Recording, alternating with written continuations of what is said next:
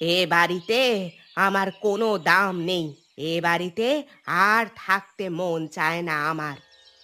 তোমার আবার কি হলো গিন্নি? ছেলের বিয়ে দিয়েছো, কোথায় হই হুল্লোড় করে বেড়াবে তা না, হুটহাট করে রেগে বসে আছো যে। রাগ কি আর সাধে করি? ছেলেটা বিয়ে করে এনেই বউয়ের আঁচলের তলায় গিয়ে মুখ লুকিয়েছে। কি বউ রে বাবা! বাড়িতে আসতে না আসতেই আমার ছেলেকে একেবারে বশ করে নিয়েছে। এতে রাগ করবার কি আছে গিন্নি? মনে আছে আমাদের বিয়ের 1 মাস পর্যন্ত আমি তো তোমার কাছ থেকে কোথাও যাইনি। ছি ছি, ছেলের বউ শুনলে কি বলবে? বুড়ো বয়সে আর মান ইজ্জত খেও না আমার। মিনসের 3 কুল গিয়ে 1 কুলে ঠেকেছে, তাও মশকরা করার শখ গেল না এখনো। 10টা না 5টা না, একটা মাত্র গিন্নি তুমি আমার। তোমার সাথে মশকরা করব না তো কার সাথে করব শুনি, অ্যাঁ? তা যাও না, লোকের সাথে যখন মশকরা করার শখ জেগেছে যাও। এইদিকে আমি আমার ছেলের চিন্তায় মরছি, আর তিনি পড়ে আছেন মশকরা নিয়ে। প্রথম প্রথম এমন একটু হয় গিন্নি। ছেলে তো আর আমাদেরকে ছেড়ে চলে যাচ্ছে না কোথাও। আর তাছাড়া ছেলে আমাদের ভালো চাকুরি করে, পরে কি আর বউকে সেভাবে সময় দিতে পারবে নাকি? হ্যাঁ, 7 জন্মের সময় সব এখনই দিয়ে দিক। আমাকে 1 কাপ চা করে খাওয়াও তো গিন্নি। বিয়ে বাড়িতে কাউকে বলে 1 কাপ চা খেতে পারলাম না এখনো। আমি পারবো না তোমার চা করে দিতে। এত চা খেতে মন চায় তো নিজে গিয়ে করে খাও না। সে কি কথা গিন্নি? আমি চা করতে পারলে কি আর তোমাকে বলতাম নাকি? বড় বৌমাকে বলে আমার ঘরে 1 কাপ চা পাঠানোর ব্যবস্থা করো গিয়ে। বড় বৌমা সারাদিন বিয়ের তোড়জোড় নিয়ে ব্যস্ত ছিল বেচারি, তাকে আর এখন কিছু বলতে পারবো না আমি। বেশ তো, তাহলে তুমি গিয়ে 1 কাপ চা করে আনো গিন্নি। এই লোকটাকে নিয়ে আমি আর পারি না। যাচ্ছি বাবা, যাচ্ছি, বসো, আমি চা করে আনছি।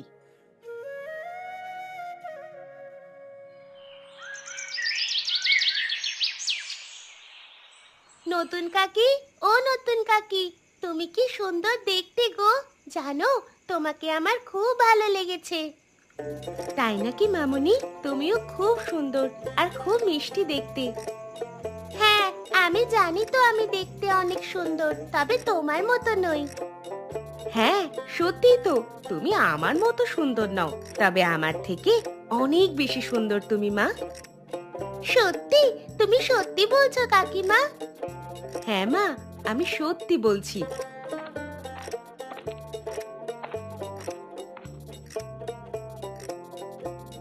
ননি, অননি, চল মা, এবার ঘরে চল। নতুন বউয়ের সারাদিন অনেক ধকল গেছে, ওকে এবার একটু বিশ্রাম নিতে দে মা। আমি আরো কিছুক্ষণ নতুন কাকির কাছে থাকি না মা? আমার এখন যেতে একদম ইচ্ছে হচ্ছে না। না না, চল মা, রাত অনেক হয়েছে, ঘুমোতে হবে, চল। ও যখন থাকতে চাইছে তখন থাকুক না দিদি, ননি আমার কাছে। ওকে তুই চিনিস না ছোট, নতুন এসেছিস তো, তাই এখনো ওর ব্যাপারে কিচ্ছু জানিস না। ও এখানে থাকলে তোকে কথায় কথায় একেবারে পাগল করে ছাড়বে। কই, ননিমা তো খুব লক্ষ্মীমন্ত মেয়ে, কদিন গেলেই বুঝতে পারবি ও কি জিনিস। ছোট, তোর কিছু লাগবে কি? না দিদি, আমার কিছু লাগবে না। কিছু লাগলে আমাকে জানাস, কোনো সংকোচ রাখবি না মনে, আমি তোর বড় দিদির মতোই। আচ্ছা ঠিক আছে দিদি। ননি, চল মা, এবার যাই আমরা। কাল সকালে আবার আসিস।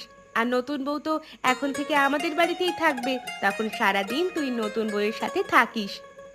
হ্যাঁ মা, এখন যাও, কাল সকালে আবার চলে আসবে আমার কাছে, কেমন? আচ্ছা ঠিক আছে নতুন কাকি, এখন তাহলে আমি যাই, সকালে দেখা হবে। কত বেলা হয়ে গেল, এখনো নবাবের মেয়ের ঘুম থেকে ওঠার নাম নেই। এটা কি বাপের বাড়ি পেয়েছে নাকি শুনি? নতুন বিয়ে হয়ে এসেছে মা, কদিন যাক, সব ঠিক হয়ে যাবে দেখবেন। সবে বিয়ে হয়ে এসেছে তো, তাই হয়তো রান্নাঘরে আসতে লজ্জা পাচ্ছে। কিসের এত লজ্জা শুনি? আমাদেরও তো বিয়ে হয়েছিল। বিয়ের দিন রাতেই আমি হেসেলে গিয়ে পরিবারের সকলের জন্য রাতের খাবার রান্না করেছিলাম। সেই যুগ এখন পাল্টেছে মা, আর 2 দিন বাদে দেখবেন সব ঠিক হয়ে যাবে।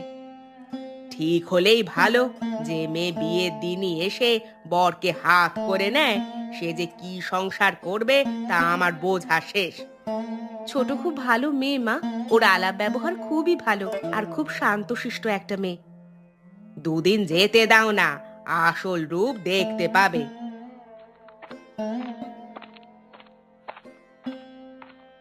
কেমন আছেন মা?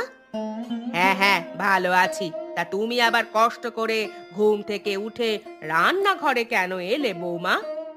সে কি, বড় দিদি একা একা কষ্ট করে রান্না করছে আর আমি না এলে ব্যাপারটা কেমন দেখায় না?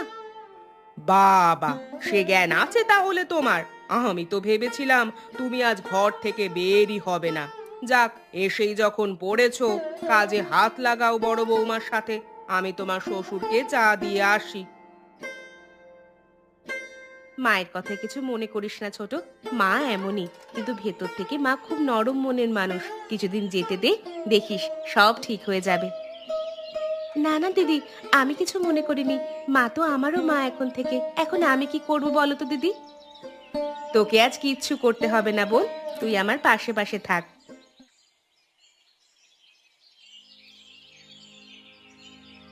কি ব্যাপার? আমার নতুন গিন্নির এমন মন খারাপ কেন? কি হয়েছে গিন্নি তোমার? কিছু হয়নি। কিছু হয়নি বললে তো হবে না। আমি ঠিক বুঝতে পারছি কিছু একটা হয়েছে। বললাম তো কিছু হয়নি আমার। কেউ কিছু বলেছে তোমাকে, নাকি মা কিছু বলেছে? না, মা কিছু বলেনি। মা কেন কিছু বলতে যাবে? তাহলে মন খারাপ কেন তোমার? তুমি মন খারাপ করে থাকলে আমার কি ভালো লাগে বলো? তুমি তো দুদিন বাদই শহরে চলে যাবে তোমার কাজের জন্য। আবার কবে আসবে ঠিক নেই। আমি একা একা কিভাবে থাকবো এখানে? ও আচ্ছা, তাহলে এই ব্যাপার। আরে বোকা মেয়ে, আমি তো মাঝে মাঝে আসবো, আর সুযোগ পেলে তোমাকে আমি নিয়ে শহরে যাব। থাক, হয়েছে। এসব বলে আমাকে আর ভুলাতে হবে না, আমি সব বুঝি। তোমার কি এখানে থাকতে কোনো সমস্যা হচ্ছে গিন্নি? আমার থাকতে কোনো সমস্যা হচ্ছে না, কিন্তু আমি কেন জানি না মানিয়ে নিতে পারছি না ঠিক এখানে। আমার সবকিছুতে মানিয়ে নিতে কেমন যেন কষ্ট হচ্ছে। আস্তে আস্তে সব ঠিক হয়ে যাবে গিন্নি, তুমি এত চিন্তা করো না। বিয়ের প্রথম প্রথম সবারই এমন হয়, পরে সব ঠিক হয়ে যাবে।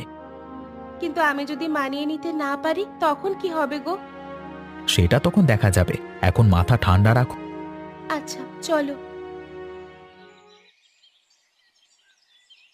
আমার তো খিদে পেটটা চোঁ চোঁ করছে, ওদের রান্না কি এখনো হয়নি? বড় বৌমা তো বললো রান্না বান্না সব শেষ, তাহলে খাবার আনতে এত দেরি কেন করছে? আমাকে তো আবার দোকানে যেতে হবে। কই গো গিন্নি, হলো তোমাদের? আরে ওরা তো সব গুছিয়ে নিয়ে আসছে, তাই বোধহয় দেরি হচ্ছে দাদা।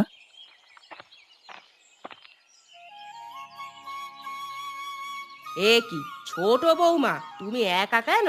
বড় বৌমা কোথায়? দিদি ননিবালাকে গুছিয়ে নিয়ে আসছে। আজকে তো আবার ননি স্কুল আছে, তাই ওকে দাদার সাথে পাঠিয়ে দেবে বললো দিদি। তা ভালো করেছে। দোকানে যাবার পথে দিদি ভাইকে স্কুলে দিয়ে যাস বড় খোকা।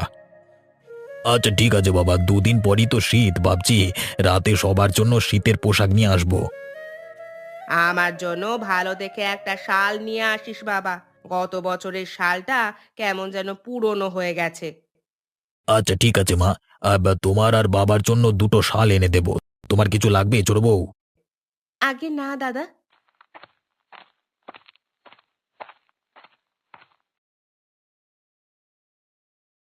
কিন্তু আমার লাগবে বাবা, আমার সোয়েটারটা ছোট হয়ে গেছে।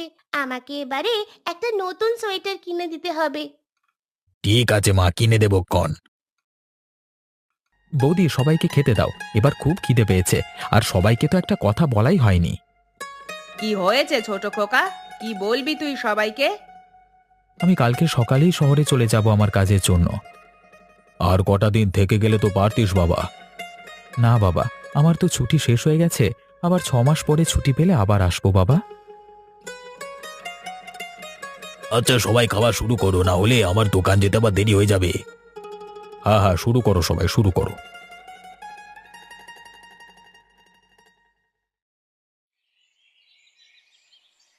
হ্যাঁ রে ছোট, সকালে যে বাসনগুলো মাজতে বলেছিলাম সেগুলো মেজেছিলি?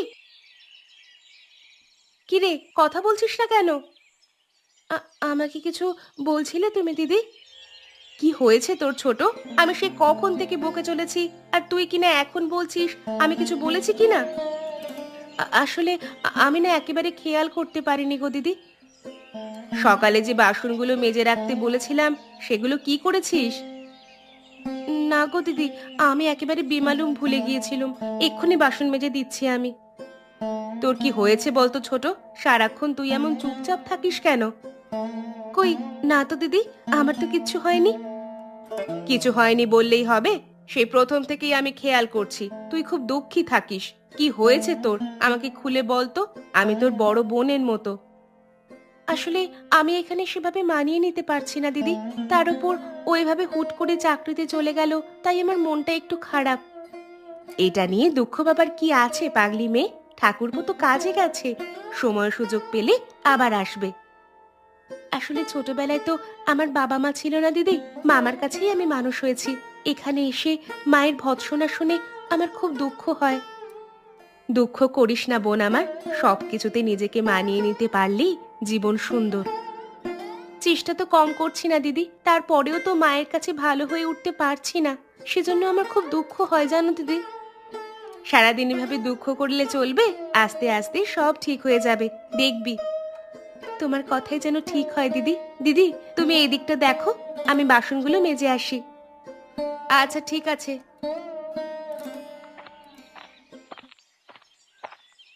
দিদি, আরে ও দিদি, কোথায় গেলি তোরা?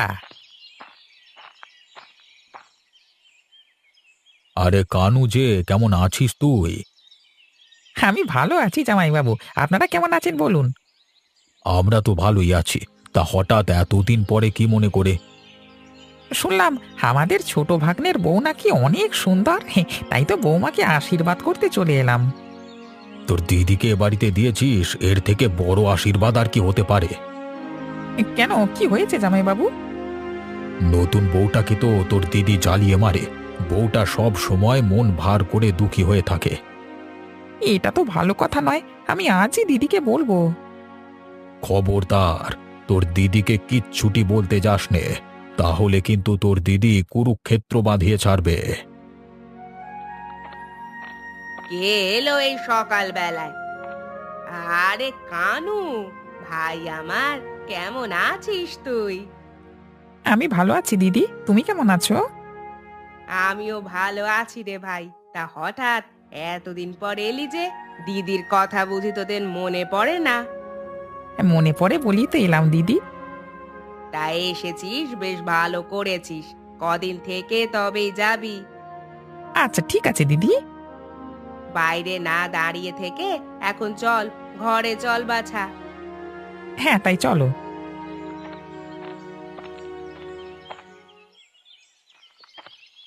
ছোট বৌমা, আরে ও ছোট বৌমা, ঘরে আছো নাকি?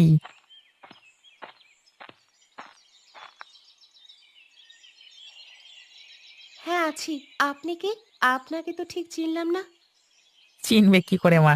আমি যে তোমাদের বিয়ের সময় উপস্থিত হতে পারিনি, তাই আমাকে তুমি চিনতে পারছো না। হ্যাঁ, আমি হলাম গিয়ে কমলের কানু মামা। ও মামা, আপনি তাহলে কানু মামা? ওনার মুখে আপনার অনেক গল্প শুনেছি। তা আমাকে কি এভাবে দাঁড় করিয়ে রাখবি মা? আমাকে বসতে দিবি নে? আসুন আসুন মামা, বসুন এখানে। কি হয়েছে মা তোর? শুনলাম তুই সব সময় দুঃখী থাকিস। এত দুঃখী থাকলে চলবে কিভাবে? কই না তো, আমি তো দিব্যি আছি মামা। আপনাকে কেউ ভুল বুঝিয়েছে। আমি সব জেনে তবেই তোর ঘরে এসেছি মা। তোর বাবা মা কেউ নেই সেটাও আমি জানি। দুঃখ করিস না মা, দেখবি সব ঠিক হয়ে যাবে। আমি তো চাই এই পরিবেশের সাথে মানিয়ে নিতে মামা, কিন্তু মাঝে মাঝে পেরে উঠি না। তাই নিয়েই আমার যত দুঃখ। তার জন্য তোকে পরিশ্রম করতে হবে রে মা। তোকে বুঝতে হবে কোন পরিবেশে তোকে কেমন রূপ ধারণ করতে হবে। তবেই না তুই যে কোনো পরিবেশের সাথে খাপ খাইয়ে নিতে পারবি নিজেকে। তার জন্য আমাকে কি করতে হবে বলুন মামা? কিছু করতে বলতে হবে না মা। তেমন পরিস্থিতিতে পড়লে তুই নিজেই বুঝতে পারবি তোকে ঠিক কি করতে হবে। আর এটা শেখাতে আমি তোর একটা পরীক্ষা নেব। কি পরীক্ষা মামা? সেটা কাল কি দেখতে পাবি মা। এখন আমি চাই, হ্যাঁ, অনেকটা পথ পাড়ি দিয়ে এসেছি, এখন আমাকে একটু বিশ্রাম নিতে হবে। আচ্ছা, তাহলে যান মামা, আমি একটু বাদেই আপনার ঘরে জলখাবার নিয়ে আসছি।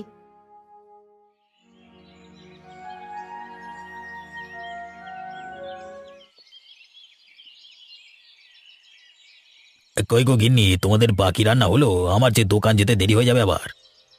ছোট বউ, ছোট বউ, ছোট বউ, কোথায় গেলে? বলি বাড়ির লোকজন কি সকালে না খেয়ে থাকবে নাকি? নতুন বউ কেবল বাড়িতে এসেছে কিছুদিন হলো, এখন কি সব পারবে নাকি? ওকে একটু সময় দাও গিন্নি। কি ব্যাপার, আমাকে রেখে খাবার দাবার শুরু করে দিয়েছো সবাই?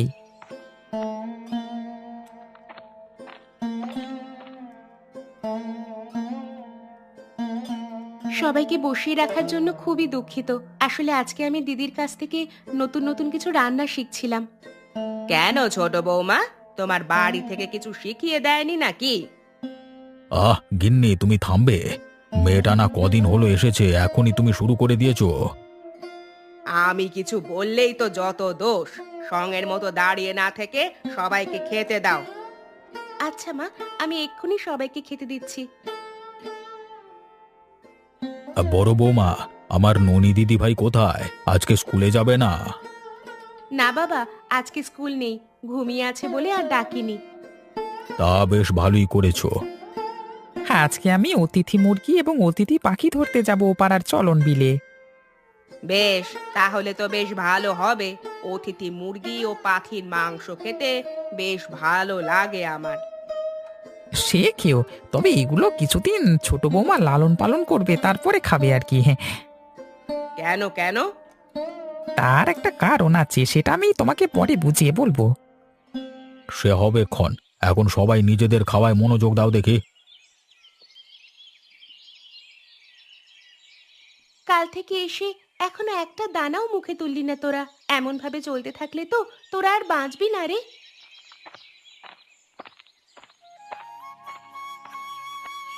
কি রে ছোট, কার সাথে এত কথা বলছিস বিড়বিড় করে? আমি তো এখানে কাউকেই দেখতে পাচ্ছি না। কার সাথে আবার? মুরগিগুলোর সাথেই কথা বলছি গো দিদি। শোনো মেয়ের কথা, মুরগি কি তোর কথা বুঝবে নাকি তোর কথার উত্তর দেবে? কি করব দিদি, দেখো না, মামা অতিথি মুরগিগুলো ধরে এনে দিয়েছে আমাকে লালন পালনের জন্য, কিন্তু এগুলো যে মুখে একটাও দানা তুলছে না। সে কি কথা, খাবার না খেলে যে এগুলো না খেয়ে মারা পড়ে যাবে, তার উপর অন্য দেশ থেকে এই দেশে এসেছে। সেই জন্যই তো আমি ওদের খাওয়ানোর চেষ্টা করছি। শীতের দেশে শীত বেশি হওয়ায় ওরা আমাদের দেশে উড়ে চলে এসেছে। এখন যদি কিছু না খায় তবে কি করে বাঁচবে বলো? কি ব্যাপার, কি দুই বউয়েতে মিলে কি এত গবেষণা করছো? তেমন কিছু না মামা, আপনি যে অতিথি মুরগিগুলো আমাকে কিছুদিনের জন্য লালন পালন করতে দিয়েছেন, সেগুলো তো কিচ্ছুটি খাচ্ছে না। ওদেরকে একটু সময় দাও, ওরা পরিবেশের সাথে একটু মানিয়ে নিক। তোমরা খাবার রেখে যাও, ওদের ক্ষুধা পেলে এমনিতেই খাবে। ঠিক আছে মামা, ছোট, খাবারগুলো অতিথি মুরগিগুলোকে তুই দিয়ে যা। ঠিক আছে, চলো দিদি, আমরা এখন তাহলে রান্নাঘরে যাই।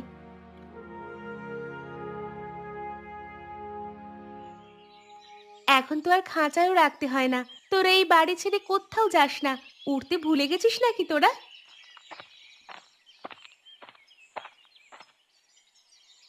ওরা যে এখন এই পরিবেশের সাথে মানিয়ে নিয়েছে, আর তাছাড়া ওরা এখন তোর পোষ মেনেছে, তাই আর কোথাও চলে যায় না। তুমি ঠিকই বলেছ দিদি, যে কোনো প্রকৃতির সাথে মানিয়ে নেওয়ার ক্ষমতা ওদের খুব সুন্দরভাবে আছে দেখছি। অতিথি মুরগিগুলো যদি এক পরিবেশ থেকে আরেক পরিবেশে এসে কয়েকদিনের ভেতরই মানিয়ে নিতে পারে, তবে তুমি কেন পারবে না ছোট বৌমা? আসলে আমি আমার ভুল বুঝতে পেরেছি ছোট বউ। তোমার কানু মামা আমার চোখে আঙুল দিয়ে সব ভুল দেখিয়ে দিয়েছে। নতুন পরিবেশে এসেছো, তোমার সাথে এভাবে রাগারাগি করা আমার একদম ঠিক হয়নি। না না মা, আপনি তো আমার গুরুজন, আমার নিজের মায়ের মতো। মেয়েরা অনেক স্বপ্ন নিয়ে শ্বশুর বাড়িতে আসে, সেখানে এসে যদি ভালো মুখ না পায় তাহলে তাদের মানিয়ে নিতে কষ্ট হয়। এখন থেকে তো আমি এখানেই থাকবো, আমার এখানে মানিয়ে নিতে আর কোনো কষ্ট হবে না বাবা। অবশেষে তাহলে তুই বুঝলি। অতিথি মুরগিগুলো শীতের দেশ থেকে এই দেশে এসে পরিবেশের সাথে মানিয়ে নিয়েছে, এটা দেখে তোমাদের শিক্ষা নেওয়া উচিত। অবলা মুরগিগুলো যদি মানিয়ে নিতে পারে, তোমরা তো মানুষ, তোমরা কেন পারবে না? আমি বুঝতে পেরেছি মামা, আপনি কেন আমাকে অতিথি মুরগিগুলোকে লালন পালন করতে দিয়েছিলেন। তুমি যে বুঝতে পেরেছো এটাই অনেক। এখন মুরগিগুলো নিয়ে যাও, আজকে দুপুরে সবার জন্য রান্না করো।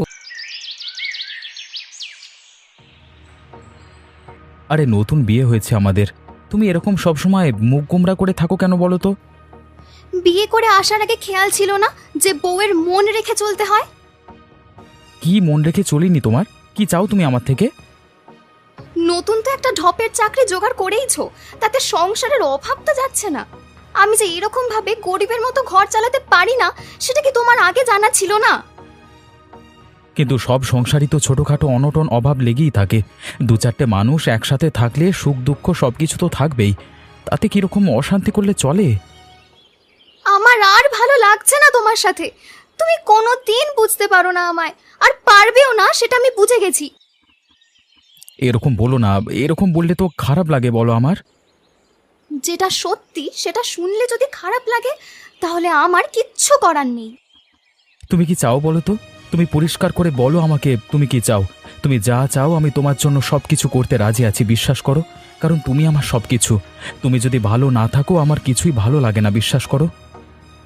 বললাম না ওসব ঢপের কথা রেখে দাও।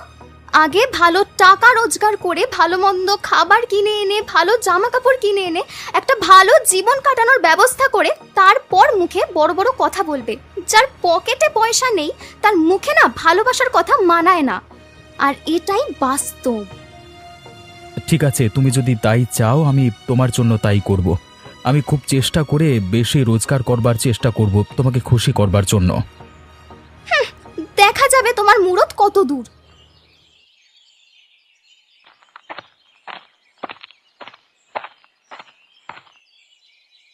আরে পূজা, এরকম মুখ ভার করে রাস্তা দিয়ে হেঁটে যাচ্ছ কেন?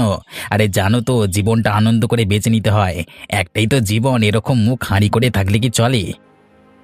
আমার জীবনটা যদি বুঝতে তাহলে আর এরকম করে বলতে না। কেন, কি হয়েছে তোমার? আমাকে খুলে বলো, আমি তোমার মনের দুঃখ দূর করে দেব। আমাকে কেউ বোঝে না। আমাদের লোকটা এতই নিকম্মা, মাঝে আমাকে বিয়ে করার পরে চাকরি হারিয়ে বসে আছে। সেদিন বলে গেল বড় মুখ করে যে বেশি বেশি রোজগার করে আমাকে খাওয়াবে। এখন দেখছি তার চাকরিটাই চলে গেছে। ওরকম মানুষের সাথে ঘর করতে আমার আর ভালো লাগছে না। ওরকম একটা অকর্মার ধারীর সাথে সংসার করা তোমার উচিত নয়। যে তোমাকে সুখ দিতে পারে না সে কিসের পুরুষ মানুষ? ও পুরুষ মানুষ নামে কলঙ্ক। এখন দেখছি বিয়ে করে আমি ফেঁসে গেছি। যদি উপায় থাকতো তাহলে ওকে ছেড়েই দিতাম। আরে উপায় তো এখনো আছে। কেন, তোমার চোখের সামনে কি কোনো ভালো পুরুষ মানুষ নেই যে তোমাকে টাকা পয়সা দিয়ে সুখে যত্নে রাখতে পারবে? যদি থাকতো তাহলে তার সাথেই থাকতাম। এই চোখ খুলে দেখলেই দেখবে তোমার সামনে রয়েছে। সে নয় পরে ভাবা যাবে। এখন তুমি আমার জীবনের সমস্যাগুলোর সমাধান করো তো। আমার কাছে একটা ভালো ব্যবসার উপায় আছে, তাতে অনেক পয়সা রোজগার করা যায়। আমি তোমাকে সেই বুদ্ধি ধীরে ধীরে দেব। দেখবে একদিন খুব বড় লোক হয়ে উঠবো আমি আর তুমি, যদি তুমি পাশে থাকো তো। পয়সা কামানোর জন্য আমি সব কাজ করতে পারি। ঠিক আছে, আমি তোমাকে বলবো সময় করে।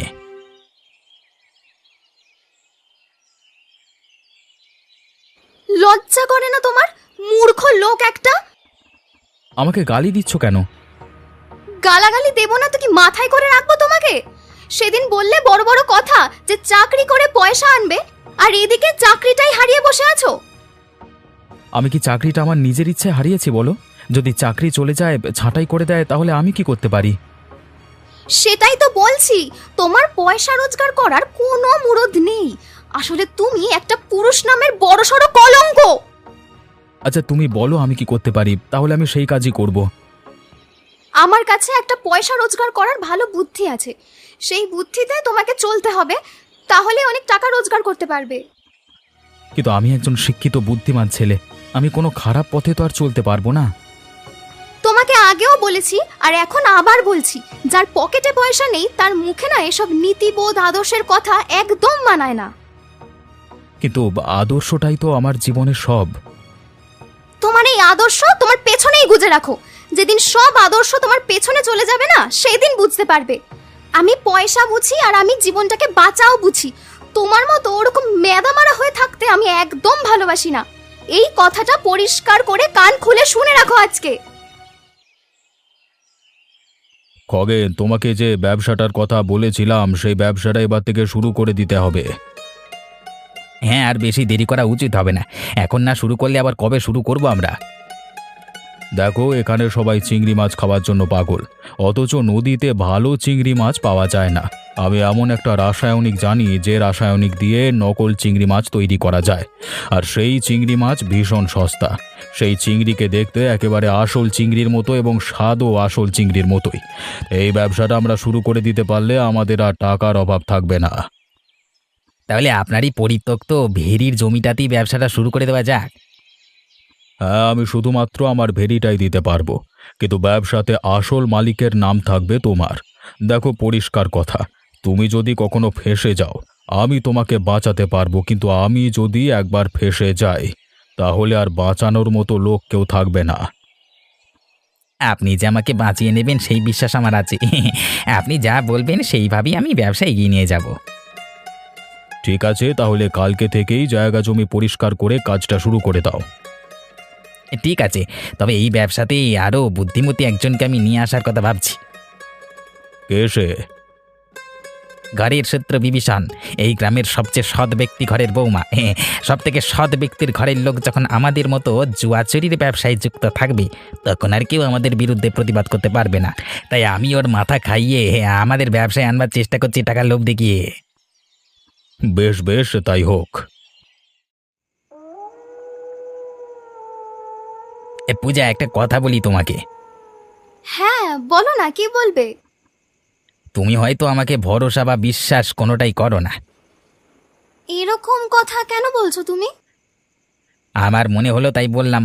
আর একটা কথা বলি, আমার মনে হয় আমাদের মধ্যে বন্ধুত্বটা গড়ে ওঠা সব থেকে বেশি জরুরি।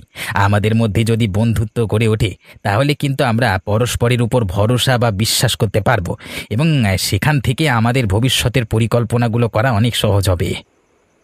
তুমি একদম ঠিক কথা বলেছো খগেন। তাহলে এবার থেকে আমি যা বলবো তুমি আমার কথা বিশ্বাস করবে তো? আমি যেভাবে বলবো তুমি সেভাবে কাজ করতে পারবে তো?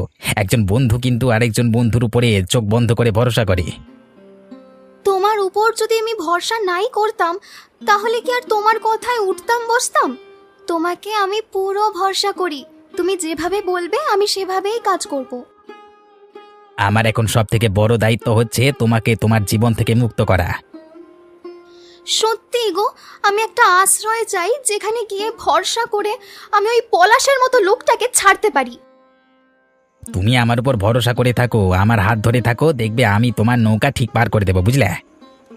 আমি সেই ভরসাতেই বেঁচে আছি।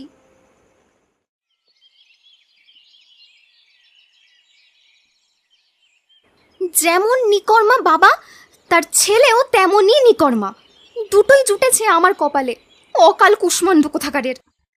দেখো, তুমি আমাকে এতদিন অনেক বাজে বাজে কথা বলেছো, কিন্তু আমার বাবাকে কোনো রকম অপমান করবে না বলে দিচ্ছি। করলে তুমি কি করে নেবে?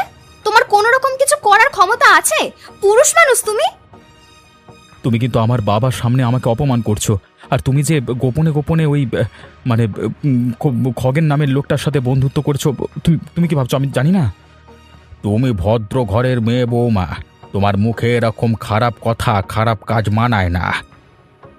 আমার মুখে কি মানায় আর কি না মানায় সেটা কি আপনার থেকে শিখতে হবে নাকি? আপনার ছেলের কোনো মুরদ নেই। সেই ছেলে আমাকে যখন পটিয়ে বিয়ে করেছে তখন লজ্জা ছিল না? তখন ওর মনে ছিল না যে বউয়ের শখ আহ্লাদও পূরণ করতে হয়? এবারে যখন আমি ঝেঁটিয়ে ঘর থেকে বিদায় করে দেব তখন সব দোষ আমার। স্বামী গুরুজন তাদের সম্বন্ধে এরকম বাজে বাজে কথা বলতে নেই। আর দেখো, সব সংসারের সমস্যা থাকে, কিন্তু সমস্যা তো সমাধান করে নিতে হবে তোমাদের দুজনকেই। দেখো, একটা পরিষ্কার কথা তোমার বাবার সামনেই তোমাকে বলে দিচ্ছি, তোমাকে দিয়ে আমার পোষাচ্ছে না। তাই যদি কদিন পর তুমি দেখো যে আমি অন্য কোথাও সুখ খুঁজে পেয়েছি তাহলে কিন্তু আমাকে কিছু বলতে পারবে না। আর সারা জীবন তোমরা বাপ ছেলে মিলে এই সততার মুখোশ লাগিয়ে ঘুরছো, এটা তোমাদের অসহায়তার লক্ষণ। আসলে তোমরা জীবনে কিচ্ছু করতে পারোনি, তাই নিজেদের সৎ বলে ভাবতে ভালোবাসো। আমার শুধু টাকা চাই, সেই টাকার জন্য আমি যা খুশি তাই করতে পারি। তা বলে তুমি আমাকে আমার বাবার সামনে এরকম ভাবে অপমান করবে? কেন? এখন খুব গায়ে লাগছে না কথাগুলো? এতদিন যে গন্ডারের চামড়া গায়ে লাগিয়ে রেখেছিলে একদিন মেরে না এই গন্ডারের চামড়া তোমার তুলে দেব। যদি ভালোই ভালোই বেঁচে থাকতে চাও তাহলে শুধরে যাও, না হলে ঘরে দড়ি আছে, যাও গিয়ে ঝুলে পড়ো। সেটাই তোমার একমাত্র উপায়।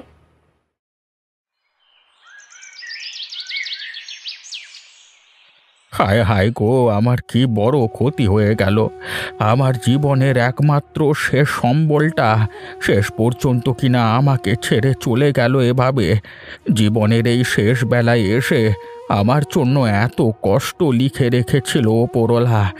হায় হায়, আমি এত বড় ক্ষতি করে দিলে।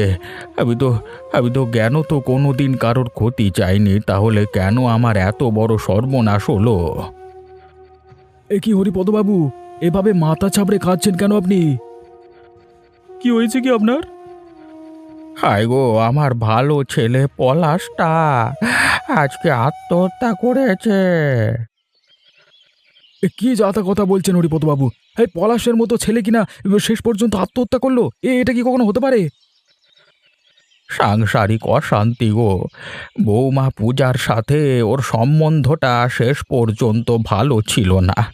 পলাশের চাকরি চলে যাওয়ার ব্যাপারটা বাবারে বৌমা একদম মেনে নিতে পারিনি, তাই কালকে সন্ধেবেলায় ওদের মধ্যে ভয়ানক ঝগড়া হয়। সেখানে আমিও ছিলাম। আমার সামনে বৌমা পলাশকে অনেক উল্টো পাল্টা কথা বলে। সেই কথাগুলি হয়তো পলাশ নিতে পারেনি, তাই রাতের বেলায় লুকিয়ে লুকিয়ে আত্মহত্যা করেছে। এ বাবা, এত বড় ঘটনা ঘটে গেল। পলাশের মতো একটা উজ্জ্বল ছেলে শেষ পর্যন্ত কিনা আত্মহত্যা করতে বাধ্য হলো। এই জিনিস কি কেউ ভেবে দেখেছিল? আমরাও কোনোদিন ভাবতে পারিনি এত বড় একটা ঘটনা ঘটে যাবে আমাদের সাথে। পলাশ চলে যাওয়া মানে আমাদের গ্রামের অনেকটা বড় ক্ষতি হয়ে যাওয়া। আমরা কোনোদিন এই ক্ষতি মেটাতে পারবো না গো। তবে আপনি নিজে শক্ত হন, আপনাকে শক্ত থাকতেই হবে এই পরিস্থিতিতে। ভাববেন না, ভেঙে পড়বেন না, আমরা সবাই আপনার পাশে আছি। বুঝলে তো, আমার একটা সন্দেহ হচ্ছে। কি সন্দেহ বলো তো? আমার মনে হয় পুরো বিষয়টা হরিপদবাবুর লজ্জা ভয়ে আমাদেরকে জানায়নি। আসলে আমি পলাশের খুব ঘনিষ্ঠ বন্ধু ছিলাম তো, ওর কথাবার্তায় কদিন ধরে আমার মনে হচ্ছিল। কেন, কি মনে হচ্ছিল তোমার? মনে হচ্ছিল যে ওই খগেন নামের শয়তান লোকটার সাথে পূজা একটা গোপন সম্বন্ধের মধ্যে জড়িয়ে পড়েছিল। আসলে ওই খগেনের নামের লোকটা খুব খারাপ। হ্যাঁ হ্যাঁ, এই গ্রামের তো সব থেকে খারাপ লোকই খগেন। কিন্তু পূজার মতো একটা ভালো মেয়ে কিভাবে ওর সাথে সম্পর্কে জড়িয়ে পড়লো সেটাই না বুঝতে পারছি না। আজকালকার দুনিয়ায় কে ভালো কে খারাপ এত সহজে বোঝা যায় না লতা। হয়তো এই শয়তান খগেন নামের লোকটা পলাশের চাকরি চলে যাওয়ার সুযোগ নিয়ে ভুলিয়ে ভালিয়ে পূজার মাথায় বিষ ঢুকিয়েছে। এমনিতে আমি যতদূর শুনেছি পলাশের থেকে পূজা খুব হাসি খুশি আর স্বাধীন চেতা মেয়ে ছিল। ও তাই হয়তো সবসময় সুখে শান্তিতে বড়লোকদের মতো জীবন কাটাতো। হয়তো সেই সুযোগটাই নিয়েছে ওই বদমাইশ লোকটা, আর সেই সুযোগটা নিয়ে ওর মাথায় কুবুদ্ধি ঢুকিয়ে এত বড় কাণ্ড ঘটালো। কিন্তু তুমি যেখানে সবকিছু জানো তখন তুমি কিছু করতে পারছো না কেন? আমার সত্যি কিছু করবার নেই এখন, কারণ আমার হাতে কোনো প্রমাণ নেই। তবে প্রমাণ জোগাড় করে আমি ঠিক এর প্রতিশোধ নেব। কারণ পলাশ আমার বন্ধু ছিল, ওর চলে যাওয়াটা আমি কিছুতেই এমনি এমনি মেনে নিতে পারবো না। তুমি তোমার বন্ধুর প্রতিশোধ নাও, আমি সেটাই চাই। তাকে সুস্থ করো যাতে ওদের সঠিক শাস্তি হয়। দেখো বুড়িমা, তোমার সাথে আমার কিছু কথা আছে। হ্যাঁ গোপাল, বল, কি বলবি? আমি স্থির নিশ্চিত যে পলাশের মৃত্যুটা এমনি এমনি হয়নি। ওই শয়তান খগেন নিশ্চয়ই শখ করে পূজাকে ফাঁসিয়ে ওর মাধ্যমে পলাশকে আত্মহত্যা করতে বাধ্য করিয়েছে। আর যদি তাই হয় তাহলে সেটা হবে আত্মহত্যা নয় খুন। আর খুনের প্ররোচনা দেওয়ার জন্য যে কারোর শাস্তি হতে পারে, কিন্তু আমাদের কাছে কোনো প্রমাণ নেই।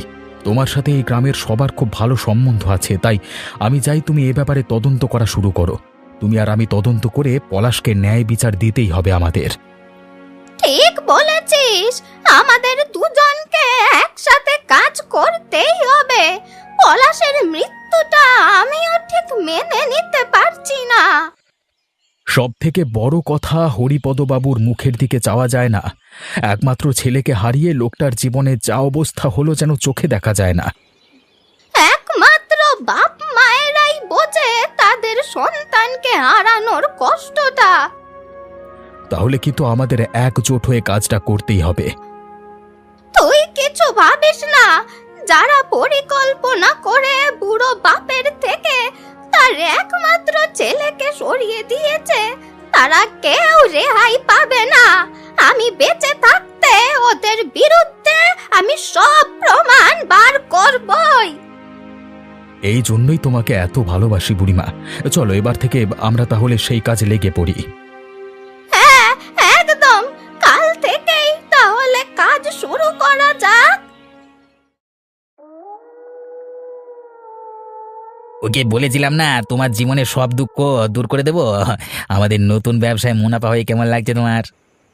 খুব ভালো লাগছে গো। আমি তো এটাই চেয়েছিলাম, শুধু টাকা আর টাকা। তবে এই সততার মুখোশ পরে থাকা পলাশকে আমার কিছুতেই সহ্য হচ্ছিল না। তবে আজকাল জীবনটা বড় একা লাগছে। আরে আমি থাকতে তোমার একাকিত্ব কিসের? হ্যাঁ, আরে আমি তোমার জীবনের সব সুখ দুঃখ দূর করে দিতে পারি। যে কোনো ধরনের কষ্টে আমি আছি তোমার পাশে, বুঝলে? সে তো আছো জানি, তবে পলাশকে বুদ্ধি করে সরানো এত সহজ ছিল না। তুমি যদি আমার কথা অনুযায়ী ঠিক ঠিক কাজ না করতে তাহলে পলাশই বেঁচে থাকতো এখনো। ও যখন আমাদের ব্যবসায় বাধা দিচ্ছিল আমার গা জ্বলে যাচ্ছিল একদম। নিজে তো টাকা রোজগার করে আনতে পারেই না, তার উপরে আমি যখন ওকে টাকা রোজগার করার উপায় দিলাম তখন সেখানেও ওর সততার অভাব দেখতে পেল। বাপের মতো অখাদ্য হয়ে জীবনটা কাটাতে চেয়েছিল। তাই তো পথের কাঁটা সাফ করে দিলাম আমরা। হ্যাঁ, ঠিক বলেছিলে তুমি। ওর বাপের সামনে ওকে অপমান করলে বেটা অপমান নিতে পারবে না, কারণ এমনিতে যাই হোক ওর মনটা খুব নরম ছিল। আর এই কাজের জন্য আমাদের কেউ দোষ দিতে পারবে না, কারণ পলাশ আত্মহত্যা করেছে, ওকে আমরা কেউ খুন করিনি। দেখেছিস গোপাল, ঠিক ভেবেছিলাম এর পেছনে এদেরই কারসাজি আছে। তাহলে এর থেকে জানা গেল যে পলাশের মৃত্যুটা আসলে আত্মহত্যা নয়, একটা পরিকল্পিত খুন।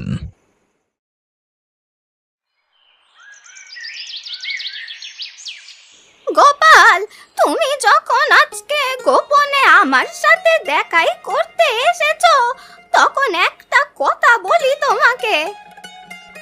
কি কথা বুড়িমা? আমি জানতে পেরেছি যেখানে ওরা নকল চিংড়ির ব্যবসা করছে সেই জায়গাটা অবিনাশ বাবুর খাস তালুক। এই ব্যবসায় খগেন ও পূজা যে টাকার লোভে জড়িত আছে সেটা তো ঠিক, কিন্তু যেহেতু অবিনাশ বাবুর জমি তাই অবিনাশ বাবু যে জড়িত নেই এটা হওয়া কখনোই সম্ভব নয়।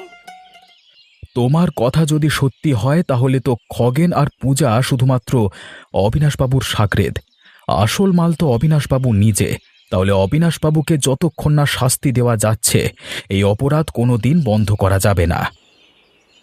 এর একটাই উপায় আছে, গ্রামের মানুষের কাছে এদের অপরাধ ফাঁস করে দিতে হবে।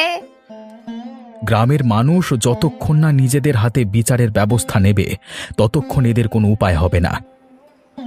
যখন সবাই মিলে ওদের হাড় ভাজা ভাজা করবে তখন এদের জ্ঞান হবে। আমাদের যে করে হোক এদের শাস্তি দেওয়াতে হবে। পলাশের আত্মবলিদান মিথ্যে হতে দেওয়া চলবে না।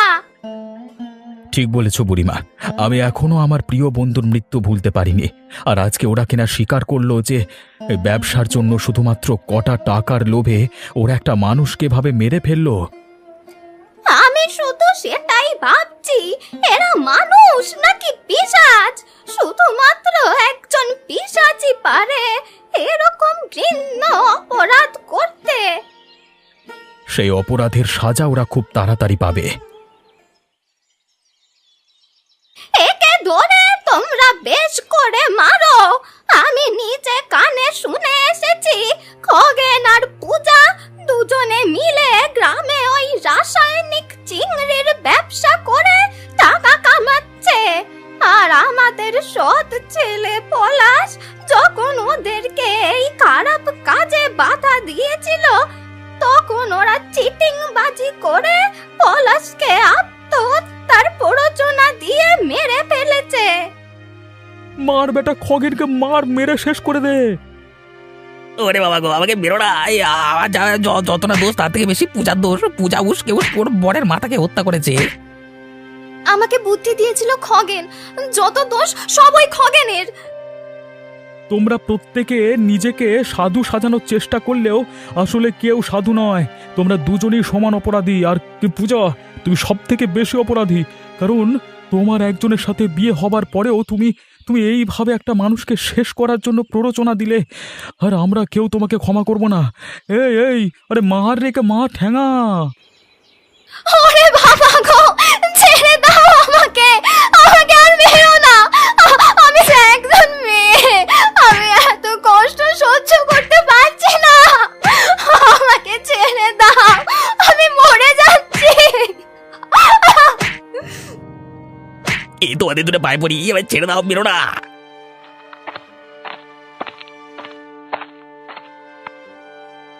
এ কি হচ্ছে এখানে? এই মারামারি করছো কেন? স্যার, এই দুজন মিলে আত্মহত্যার প্ররোচনা দিয়ে আমাদের গ্রামের পলাশকে হত্যা করেছে। আর এই পূজা একটা ভালো স্বামী পাওয়ার পরেও ওকে যাহাতাভাবে মানসিক অত্যাচার করেছে। আপনি শাস্তি দেওয়ার ব্যবস্থা করুন। এখন এসব দেখবার দায়িত্ব আইনের। একে আছিস, এদের দুজনকে তুলে নিয়ে আয়। চল চল, আদালতে পেশ করতে হবে। তাড়াতাড়ি নাই, তোল তোল তোল।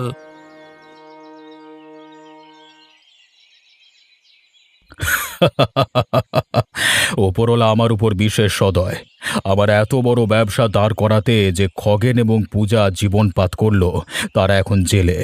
আমাকে আর কাউকে অংশীদারিত্ব দিতে হবে না। এখন আমি হয়ে উঠেছি রাজার মতো। এদিকে এই চিংড়ির স্বাদে এত পাগল হয়েছে গ্রামের লোকেরা যে আমার ব্যবসা আগের থেকে আরো ফুলে ফেপে উঠেছে। আর আমি হয়ে উঠেছি প্রধান আড়তদার।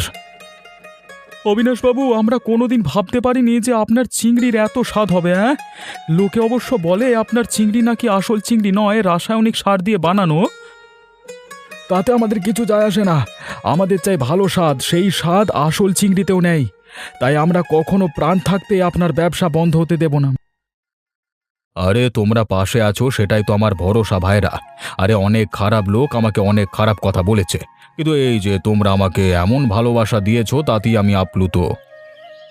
আপনি আরো বেশি করে চিংড়ি মাছ খাওয়ান না আমাদের। রোজ রোজ আমরা বেশি করে চিংড়ি মাছ নিয়ে যাবো আপনার থেকে। হ্যাঁ, বেশ, তোমাদের ভরসা পেলে আমি আর